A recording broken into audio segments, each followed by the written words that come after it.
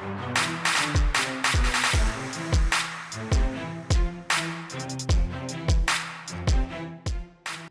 वालेकुम स्टूडेंट्स, मैं हूं मोहसिन शहजाद मोहसिन और आज की क्लास में हम एक्सरसाइज 2B के क्वेश्चन नंबर 6 सॉल्व करेंगे। इसमें कहा गया find the value of following.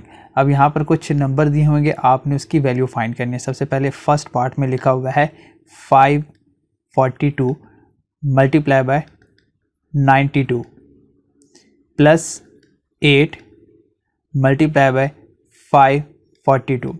आपने बच्चे इस तरह से करना है कि प्लस से पहले जो दो टर्म है मल्टीप्लाई हो रही हैं, इनको आपने मल्टीप्लाई कर देना है। फिर प्लस के बाद जो टर्म दो मल्टीप्लाई हो रही हैं, इनको आपस में मल्टीप्लाई कर देना है। तो 542 को जब आप 92 के साथ मल्टीप्लाई करेंगे तो इसका आंसर आएगा 49864। ठीक है, आपने ये मल्टीप्लाई कर लेना खुद से, मैं इधर मल्टीप्लाई नहीं कर रहा इसको, डायरेक्ट इसका आंसर लिख रहा हूँ। ऐसे जब आप 542 को 8 के साथ मल्टीप्लाई करेंगे तो इसका आंसर आएगा 4336 आएगा। ठीक है, मल्टीप्लिकेशन का प्रोसेस आपने पहले कर लेना है। बोर्ड मैथ्स के मेथड से अगर हम देखें तो उसमें भी पहले हम मल्टीप्लाई करते होते हैं, उसके बाद आप इसको ऐड कर देंगे। तो अब सिंपली इन दोनों को आपने ऐड कर देना है। तो ऐड करने से आंसर आएगा 54,200। ठीक है, तो ये हमने इसकी वैल्यू फाइंड कर ली। क्या करना है, सबसे पहले प्लस से पहले वाली टर्म को मल्टीप्लाई कर देना है, बाद वाली टर्म को भी मल्टीप्लाई कर देना है। जो इनका आंसर आएगा उनको लास्ट पे आपने ऐड कर देना है। उसके बाद इसके सेकंड पार्ट के अंदर लिखा हुआ है इसी क्वेश्चन नंबर 6 के 365 मल्टीप्लाई बाय 99 प्लस 365। तो पहले हम क्या करेंगे, 365 को 99 के साथ मल्टीप्लाई कर देंगे। ठीक है, तो इसका आंसर आएगा 36,135 प्लस इसमें क्या हो रहा है 365 प्लस हो रहा है। अब इन दोनों को हम ऐड कर देंगे, तो ऐड करने से आएगा 36,500। ठीक है, तो ये इसके सेकंड पार्ट का आंसर था। फिर थर्ड पार्ट में लिखा है कि 6 multiply by 612 plus 4 multiply bye 612। अब इसका जो थर्ड पार्ट और फर्स्ट पार्ट है बिल्कुल एक जैसे। इसमें भी क्या है, प्लस के बाद और पहले मल्टीप्लाई हो रही है टर्म, और इधर भी प्लस से पहले टर्म मल्टीप्लाई हो रही है और बाद में भी मल्टीप्लाई हो रही है। 612 को जब आप 6 के साथ मल्टीप्लाई करेंगे तो बच्चों इसका आंसर आएगा 3672 प्लस अब 612 को जब 4 से मल्टीप्लाई करेंगे तो आंसर आएगा 2448। अब इन दोनों को लास्ट में हमने ऐड कर देना है, तो ये बनेगा 6120। ठीक है, तो क्वेश्चन नंबर 6 में बस आपने यही काम करना था, इनको सिंपली आपने ऐड और मल्टीप्लाई करना था। अब मूव करते हैं क्वेश्चन नंबर 7 की तरफ। क्वेश्चन नंबर 7 में कहा गया state whether the following statement are true और फॉल्स।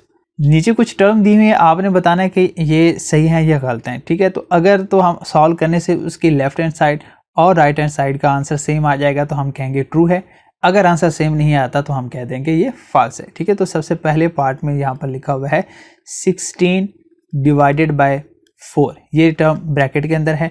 फिर डिवाइडेड बाय 2 ब्रैकेट के बाहर is equal to 16 divided by 4 divided by 2।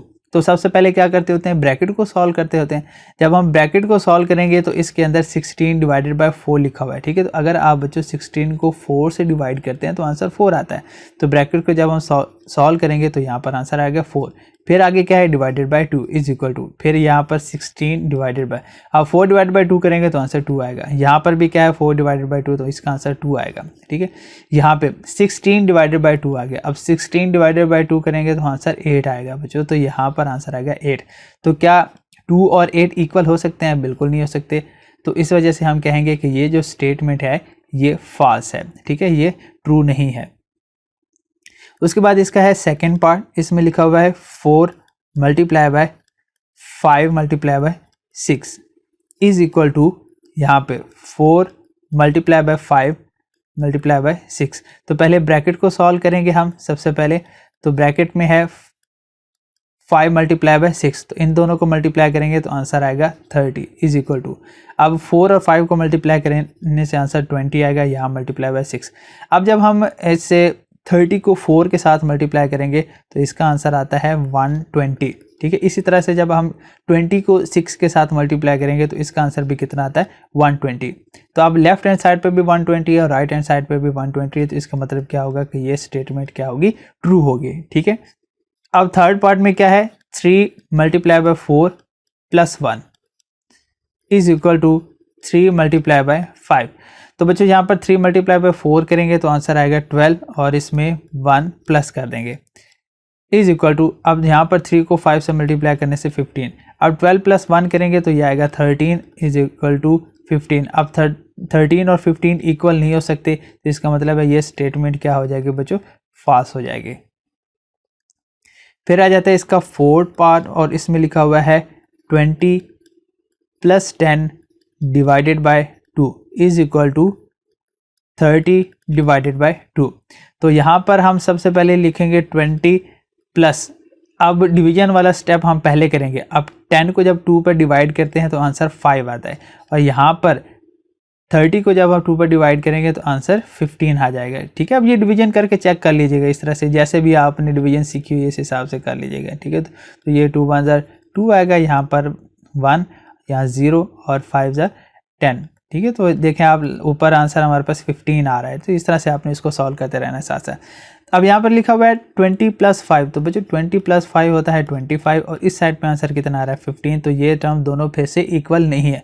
अब जब इक्वल नहीं है तो इसका मतलब है कि ये स्टेटमेंट भी हमारे पास क्या हो जाएगी, फॉल्स हो जाएगी। इसके बाद है 4 में लिखा हुआ है 5 divided by 0 is equal to 5। अब हम जब 5 को डिवाइड करेंगे 0 के साथ तो ये इसका जो आंसर होता है ये होता है अनडिफाइंड। ठीक है, अनडिफाइंड मतलब कि ये सॉल्व किया ही नहीं जा सकता, यानी इस तरह की जो मल्टीप्लिकेशन है ये पॉसिबल ही नहीं है। तो इसका तो आंसर हमारे पास क्या आ जाएगा, अनडिफाइन आ जाएगा। ठीक है, तो जब इसका आंसर अनडिफाइन आएगा और इस साइड पे आंसर कितना रहेगा 5, तो ये दोनों इक्वल नहीं है। जब ये इक्वल नहीं है तो इसका मतलब ये स्टेटमेंट भी फॉल्स हो जाएगी। ठीक है, इधर 5 आ रहा है और इधर सॉल्व हो ही नहीं सकता, इधर कोई आंसर भी नहीं आ रहा, तो ये स्टेटमेंट फॉल्स है। याद रख लेना, जब भी डिवीजन के अंदर 0 आ जाता है तो वो सॉल्व नहीं होता। हाँ, अगर ऊपर 0 आ जाता है नोमिनेटर के अंदर तो फिर इसको सॉल्व कर सकते हैं, जैसे कि इसके इस पार्ट के अंदर लिखा हुआ है 0 divided by 4 is equal to 0। तो बच्चों क्या होता है कि जब हम 0 को 4 के साथ डिवाइड करेंगे, अब ऊपर अगर 0 आ जाए ना तो फिर आंसर 0 होता है, नीचे 0 नहीं आना चाहिए। अगर ये होता है ना 4/0, ठीक है, तो इसको हम सॉल्व नहीं कर सकते। ये इस तरह की जो डिवीजन होती है वो होती ही नहीं है। हाँ, अगर ऊपर 0 होगा तो उसका आंसर 0 आएगा, ये याद रखना है, ये आगे भी यूज़ होता रहता है। तो ये लिखा हुआ है 0 डिवाइडेड बाय 4, तो इसका मतलब है ये आंसर आएगा 0 इज इक्वल टू 0। ये तो दोनों तरफ आंसर एक जैसा आ गया, तो फिर ये स्टेटमेंट क्या हो जाएगी, हमारे पास ट्रू हो जाएगी। फिर उसके बाद इसके 7वें पार्ट के अंदर लिखा हुआ है 5 divided by 5 is equal to 1। तो बिल्कुल ठीक है, 5 को जब हम 5 के साथ डिवाइड करते हैं, ऊपर नीचे टर्म जब बिल्कुल सेम होती हैं तो आंसर कितना आता है, 1 आता है। तो यहाँ पर आंसर आएगा 1 इज इक्वल टू, इधर भी आंसर क्या है 1, यानी दोनों तरफ से आंसर एक जैसा आ गया, तो स्टेटमेंट होगी ट्रू। फिर उसके बाद है इसका 8 पार्ट, इसमें लिखा हुआ है 12 divided by 4 is equal to 4 divided by 12।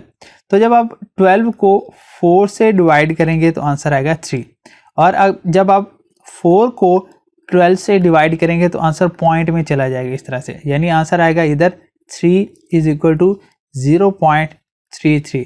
तो ये तो बिल्कुल इक्वल नहीं, जब इक्वल नहीं तो फिर स्टेटमेंट भी क्या हो जाएगी, फॉल्स हो जाएगी। ठीक है, तो बच्चों आपकी एक्सरसाइज 2 भी यहाँ पर कंप्लीट हो गया और इसके सारे क्वेश्चन जो है वो यहाँ पर मुकम्मल हो गए हैं।